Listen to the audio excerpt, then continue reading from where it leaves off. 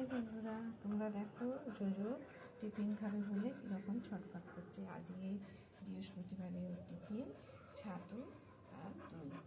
সেই ছাতু আর দইয়ের গন্ধ পেয়েছে, সেই কারণে ও ভীষণ ছটফট করছে টিফিন খাবে বলে। দেখো দেখো বন্ধুরা, ও ছাতু আর দই খাওয়ার জন্যে কীরকম করছে দেখো তোমরা। দেখো দেখো ওকে ছাতু আর দই দিয়েছি, দেখো কেমন খাচ্ছে।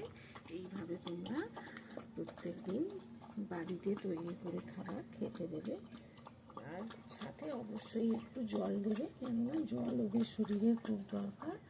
ছাতু দই আর জল মিশিয়ে সামান্য একটুখানি নুন দিতে পারো, দিয়ে ওদেরকে খেতে দাও। এইভাবে ওদের খেতে দাও, তাহলে ঠিক থাকবে। আর এইরকম ভিডিও